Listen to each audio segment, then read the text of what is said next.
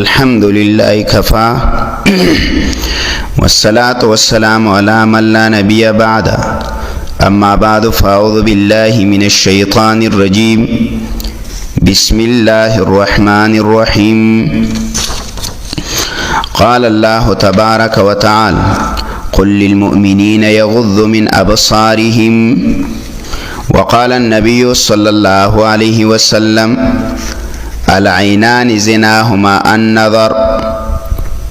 مخکنی نصیحتونو کې د نظر باره کې څه خبرې شوې وي.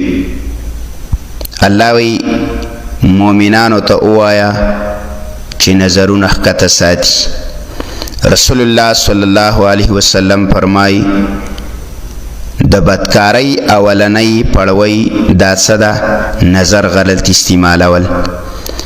کله چې د مؤمن نظر غلط استعمالیږي نو علما وی د په زړه کې خواهشات پیدا کیږي، او چې کله د انسان په زړه کې خواهشات پیدا شي نو بیا دا غلط تصورات کوي، غلطه سوچونه کوي، او د مخنا د ایمان نورانیت سات په سات باندې ختمیږي، او د غیر محرم د پردو زنانو پردو تصویرونه دته مزین کیږي او خسته کیږي. دا عمل شیطان دته خسته کوي. نظر چې کله د نظر حفاظت کیږي نو د انسان په عبادت کې حلاوت خوږوالی پیدا کیږي، او د مؤمنه په مخ کې د ایمان نورانیت پیدا کیږي.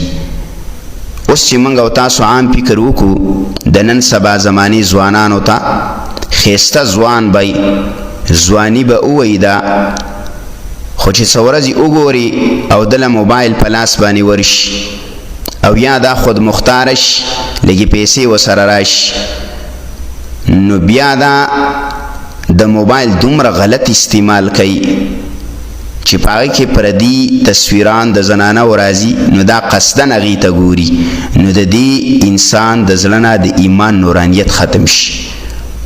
دارنګې د ده په مخ کې د ایمان نورانیت بینی.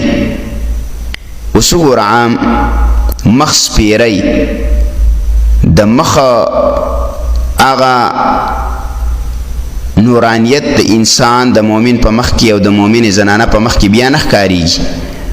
دا نه ده چې ګنې یو انسان د سور سپین وي او دا ښایسته دی، نه، د ایمان خپل نور دی، خپل نورانیت دی. رسول الله صلی الله علیه وسلم فرمایي وی العینان زناهما النظر. د سترګو زنا څه ده؟ نظر غلط استعمالول. والاذنان زناهما الاستماع. وی د غوږونو زنا څه ده؟ په هغه باندې ګانې بجانې اورېدل. واللسان زناهما الکلام. د الله نبي وی د ژبې زنا څه ده؟ په دې باندې غلطې خبرې کول. والید زناهما البطش. د لاس زنا څه ده؟ په دې باندې د ګناه اشیا نیول. والرجل زناها الخطا. د الله نبي وی د پښو بدکاری څه ده؟ په دې باندې قدم کې خوستل ګناه طرف ته. والقلب یهوی ویتمنى. زړه غواړي د هغې تمنا کوي. ویصدق ذلک الفرج او یکذبه. وی شرمګاه د دې تصدیق کوي، یعنی هغه عمل وکي، یا د دې تکذیب کوي، یعنی د هغه عمل نه الله بچ وساتي. اوس وګوره عام زمونږ او ستاسو معاشرې ته سترګې بدکارۍ کې اخته، غوږونه بدکارۍ کې اخته، ژبه بدکارۍ کې اخته. د دې ژوندی مثال دا دی چې په سترګو باندې ډرامه او فلم وګوري یا پردی زنانه ته وګوري، نو بیا دا بل ته ور اوري، یعنی بل ته د هغې صفتونه کې او د هغې قصه دې شروع کړي او د هغې واقعه دې شروع کړي، نو د غوږونو زنا هم شروع شو، هغه اوري. د ژبې زنا هم شروع شو چې ژبې خبرې کوي. د لاسو بدکاري دې شروع شوه. ولې؟ په هغې باندې د هغه اله نیولې ده. دغه اله د دې نه ښه پیدم تشې اخیستی او دغه اله د دې نه غلطه پیدم تشې اخیستی. د خپو بدکاري څه ده؟ هغه د ګناه ځایونو ته تلل، د ګناه مجالسو له تلل.